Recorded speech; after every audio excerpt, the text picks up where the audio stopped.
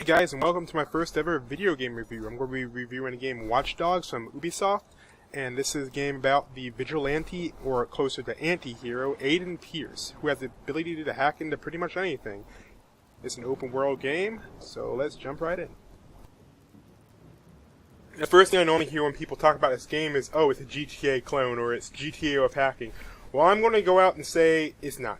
I've played this game for a couple hours already, and I have played GTA 3 or 4. Yeah, 4, because 5 just came out. And while it is an open world game, and it does take place in a city, and you can steal cars, thus committing Grand Theft Auto, it's not a clone or a copy of GTA. When I went out and bought this game, I was expecting it to be, you know, like a GTA Far Cry mix, because it's made from some of the people who made Far Cry, and, I mean, it's an open world game where you steal cars, so I was expecting it to be partially GTA. But it's actually not. It plays more like the GTA style of open world, like, you know, going around buildings and in a big city, but with Far Cry's style to it, so you can craft, you can, you know, build guns, and you can do all that stuff, but it actually has a bit of Splinter Cell stealth mechanics, so you can use your crafting like Far Cry style, to actually use things you found around the environment to build distractions for your enemies, so you can sneak past them and stuff. The first thing we're going to talk about is the story. The story, I'm not actually done with the game yet, so I can't speak of it overall, but from what I've seen so far, it's not bad, but I wouldn't say it's really great, so it's probably around the good range. It's kind of a generic idea. It's, oh, I was working with some bad guys and I got in too deep and someone got hurt. That kind of thing. I mean, the characters are pretty cool, but I mean, overall, it's not great. It's not something that sucks you in and makes you keep wondering what's going to happen next. Although it is kind of interesting.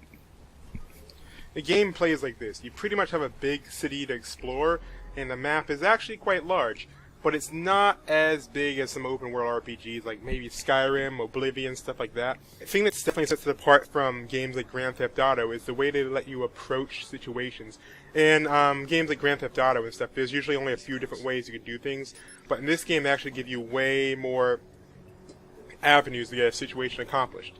Like, say you can distract some people and sneak on through before you actually take care of the big guy in the middle. You can actually scout the area, hacking the cameras and stuff. So it's not just Grand Theft Auto with hacking, it's more, they changed how you actually work in the Grand Theft Auto style world, like how you actually interact with it. So as I said, it has Splinter Cell style distractions and Far Cry style crafting.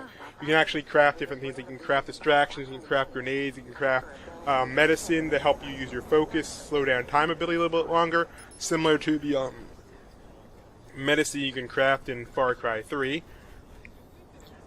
You can drive around the city, you can steal cars, you can order cars, but driving is actually a pretty big part of the game, which is a bit of a problem because the driving controls are not great.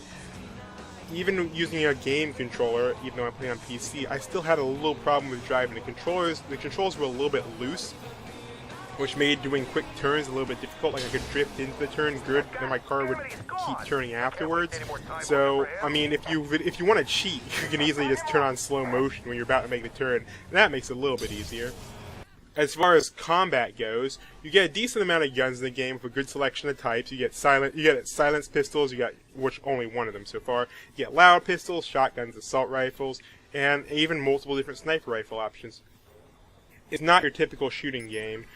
You can actually get to decide how you actually approach situations. There are some situations you actually completely deal with without ever having to actually use your gun. That's mainly just side missions, as the story missions more deal with actually going through a task a more structured way. The side missions definitely let you approach it in however you want. And this brings me into the choices section of the game. This game is open world in more sense than just one. Watch Dogs offers a bit more freedom with its missions. Instead of just telling you what to do, with given objectives with bullet points saying, like, get inside the building, then find the case, then escape the building, and kill all the guards on the way or something like that. You're actually given a little bit more freedom. This can especially be shown with the convoy side missions. You're given a pretty big strip of land, a couple blocks actually, and it says, like, stop the convoy. And sometimes it'll be like, don't kill the VIP, and sometimes it's kill the VIP, and that's your thing. So instead of just saying, okay, here comes the convoy, you're given the entire layout of the convoy's track. And you can plan different things along the way.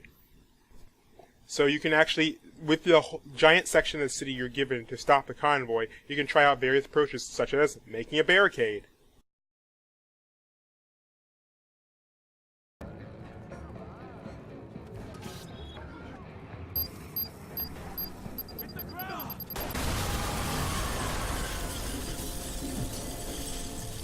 The direct approach.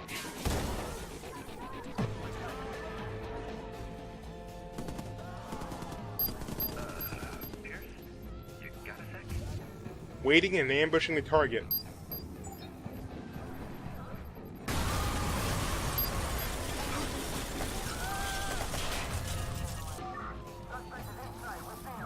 Or even trying to take them out on a high-speed chase. The AI in this game is actually quite good. While in most games, the cops don't really pose much of a threat, in this game, one wrong move, and they can actually take you down.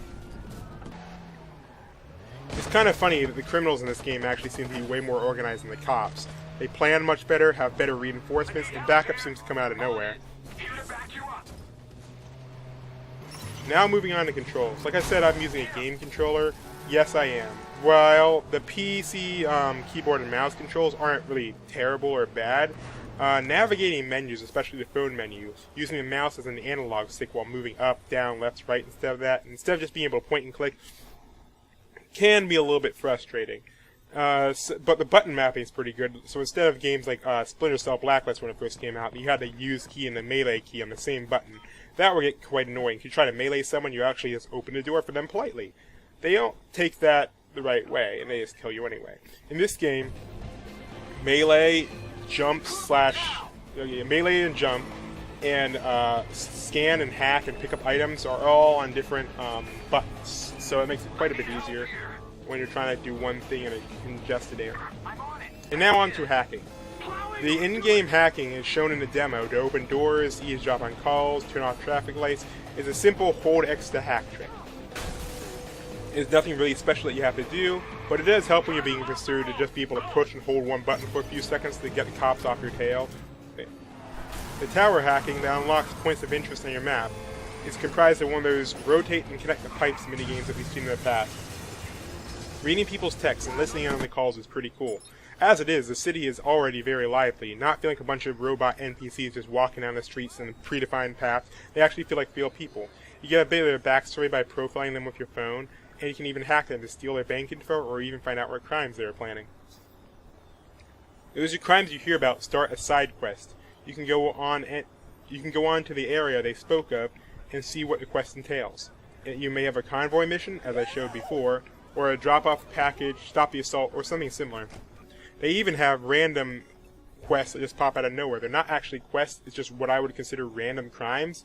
You can actually be walking around, and instead of a quest thing popping up, you'll just see a guy to steal someone's handbag. No quest marker, you'll just get a little icon on top of them. And you can take them down and save it, or just ignore it, and it will never come up again. It's not a saved quest, it's just a heat-of-the-moment thing. That's pretty cool as well. These missions are fun, but they're triggered based on a scan. You may get a whole lot one day and hardly any the next. Also, as fun as they are, there's only a few different types of them. And they're pretty specific in how to solve it. So although you can experiment with them, as I showed before the convoy, the different ways of doing it, after you stop a few convoys, they kind of lose their appeal. The other side quests are pretty much the same way. As for the online mode, there seems to be an issue with Uplay at the moment. I can only get a few matches of the 1v1 invasion hacking type, and the timer would say 2 to 3 minutes as the estimated time, even after half an hour of waiting. And it's random, so you can't really choose the invade your friends game, but it's still pretty fun. The mission starts out as a game of hide and go seek, where you scan the area with your phone and try to find the person who's hacking you. With most people I played, they just try to run away or drive around so they can try to get as far away from me as possible. That made them kind of obvious, because in a crowd of completely calm people, there was one guy who was just driving crazily, bumping into cars, or one guy just like running up and down the streets. If you get found, or they find you, depending on what role you're playing, you still have some time to get away with the data you got. You can try to shoot at the person who's getting away with your data, But if they get in the car, it can actually turn into a high-speed chase. So you gotta be on your guard and try to take them out as fast as possible. Overall, even with this lively city, I can't help but sometimes feel, even with this lively city, I sometimes can't help but feel that there's nothing of importance to do outside the main quest. Sure, there are some side missions, and they are a lot of fun, but as I said before, there are a limited variety of types, and the other side mission types are just like that. You can walk around town and see people's interactions, and it is a bit amusing, but aside from the main story, there's no real progression you can do. I mean, sure, you can get money and steal cars, but for what purpose? Getting more money and stealing more cars? Far Cry, you have much more exploration, more crafting, outpost captures, and much more. And while this is a different setting and a newer game, I can understand why they couldn't do that. And with the minimal amount of things that do outside the city, it'll still add a good couple number of hours to your gameplay after you finish the campaign, so this game is by no means boring or dull. I just kind of wish there was something else you could do afterwards, or something to work towards that wasn't just the main story. I also kind of wish that the story levels had a little bit more freedom, closer to what the side quests offer, having a big chunk of city or a bigger area to work with. But I can understand how it'd be difficult to craft a small narrative in such a large space, trying to make sure that you have it all planned out and designed for the person to play in. But other than that, I think this was a great first game for a new franchise. And while it did not do a whole lot, or quite as much as I was expecting, what it did offer, it did very well. And I'd rather have it do a few things really well than a whole bunch of things terribly and try to overstretch itself. And I only had a few minor issues with the game, nothing game-breaking. It could have been optimized better for PC, and there were some weird glitches I saw, and some weird just things that happened, but none of it broke my game, and all this can be fixed with packages. And right before I recorded this, or right after I recorded this, AMD pushed out some new drivers, so I'll have to check those out and see if they work better. But overall, this is a great looking game. It looks great, especially at night. Tons of fun to play, and I can't wait to see how the next game in the series turns out. Overall, I recommend it to anyone looking for a different type of open world game. Something a little bit different than GTA, but still a lot of fun to play. And the hacking component's pretty cool too. So alright, thanks for watching, and I'll have a 1080p HD download if you want to see what the game looks like without YouTube's silly compression. And also that video will have no commentary on it, so you can just listen to the sounds of the game. And I'll just check it out, like I said, link in the description. See you guys later. Bye.